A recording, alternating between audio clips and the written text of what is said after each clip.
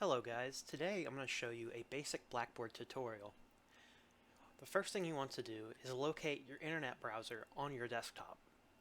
This could come in three forms: Firefox, Microsoft Edge, and Google Chrome. If you own a MacBook, you might also have Safari. Any of these will do, but Chrome is probably your best choice, followed by Firefox, and then finally Microsoft Edge or Safari. If you're on an older computer, Microsoft Edge might be called Internet Explorer. These two browsers act almost the exact same, and one is just a more updated version of the other. After selecting your browser, you'll want to open the MyTCC or Google MyTCC. MyTCC or you can use the URL mytcc.tulsacc.edu. After opening that link, you'll be asked for your TCC ID and password. Type in your TCC ID number and then your password. There we go. Your homepage will appear like this. Today I'm just going to show you how to use Blackboard, but your homepage is also your gateway to many other options and tools here at TCC, including your financial aid, accessing your OneDrive account, accessing the online library, your degree works, and even your email. But for today, I'm just showing you Blackboard. When you go into Blackboard, the first thing you'll see is the institution page. Currently, there is a thing on how to report COVID cases because of the current pandemic. There's also a list of student resources, including tutoring centers and other things. And new online student orientation. If you've not taken an online class before, I heavily recommend following these steps to complete the new online student orientation. There's also some more information here at the bottom about wellness services and Call 2000 and other resources available to you. Here will appear your profile. I'm not going to click on this today because I do not want to show this on video, but when you click it, it'll show your profile, your date of birth, and your student information. Here is your activity stream, and this is my activity stream, and it'll show you everything that your professors have posted in their classes and what is upcoming in your classes. As you see here, it's separated into different things. This is an announcement, so it appears as a air horn.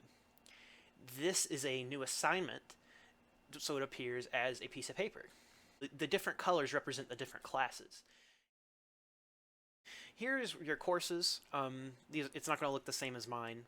All your courses are going to show up here that you're enrolled in. You might even have courses from a previous semester here.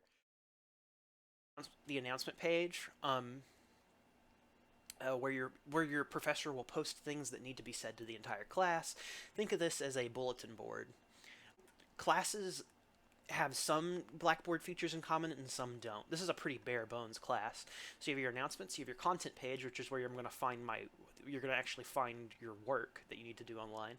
The discussion board, every class has a discussion board. Some classes use them for assignments, other classes just have them for like Q&A, type of stuff. The send email feature, you'll also find a syllabus and syllabus attachment on here, which is your professor's kind of rules of their class, kind of stated beforehand. Usually on your first day of class, you'll receive your syllabus, and the syllabus attachment's the same for every class. Here, I can show that. It's just kind of like the general TCC rules that go for every single class that they attach to every syllabus. Here, let me see if I can find a class that is more feature-filled. Yeah, there you go. So this instructor has, their content page is actually structured into modules.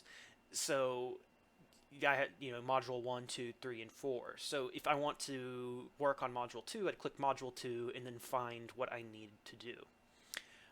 There's their discussion board. They have their quizzes and exams separated into separate tabs.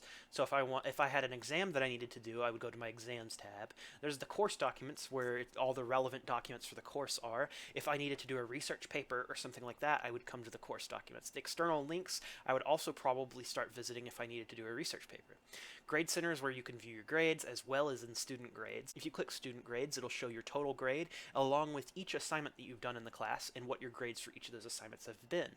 And they can also have custom names, like start here. Some professors will have customized blackboards. So it's going to be different for every class that you take, but most of them operate similarly. Next, you have organizations. And most students are not going to have anything here unless you've already joined a club or something along those lines. If you would like to see what organizations are out there, you can always go to Organization Catalog in the top right and search the organization. This is your calendar. This will show, this has nothing on it right now, but if I skip ahead to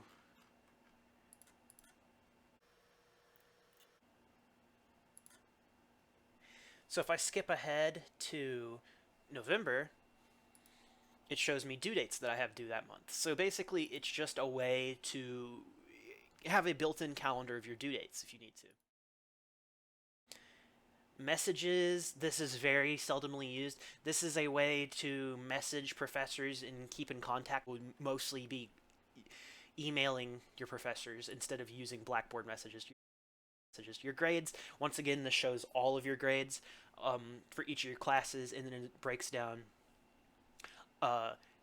your grades for each assignment, but it is pretty self-explanatory once you click on it. It's just for all of the classes instead of just one.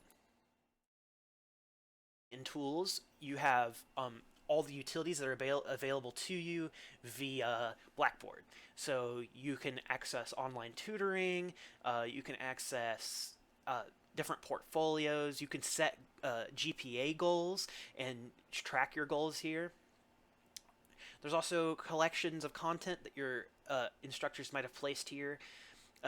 More than likely, if you use this tab, you're either doing it for tutoring, to check a goal, or to access something that a professor has set up for you. The sign out button, which signs you out of Blackboard. If you're using Blackboard on a public computer, I recommend signing out before leaving the computer. You have an assignment that requires turning something in. I think this class has something that requires to be turned in. Yeah, so here. So for this assignment, I have to turn in a file. This is what it's going to look like. So you can either write a text submission, you can add comments to whatever you turn in. If something you turn in needs explanation, then I would recommend typing that here. And then finally, you can attach your files. This is what you're going to be using most of the time to turn in work. You can either browse cloud storage. So if you have it saved to OneDrive or or Google Drive, you can browse those accounts to pull it off of there from here.